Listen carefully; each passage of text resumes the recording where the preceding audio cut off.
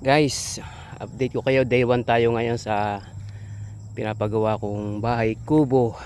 Ito nga pala ang pinatayo kong itong kubo ay may sukat na 20 feet by 20 feet. Yan. Streamline lang gagawin natin dito. Yan. Light materials na to mga lodi.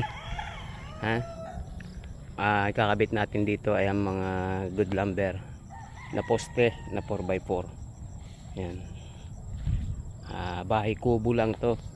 Nilagyan natin to ng 6 na poste at binuhusan na natin ng kanilang mga butas. Yan o. Bali 6. Yan.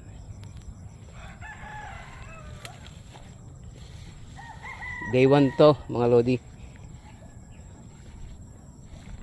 Ngayon lang tayo nag layout at nagawa na rin paraan natin mabuhusan to.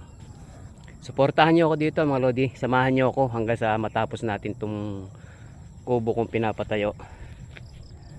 Okay lods, maraming salamat. At abangan nyo po ang ating susunod na paggawa dito. I-update ko po kayo mga lodi. Okay, bye. Thank you mga lodi.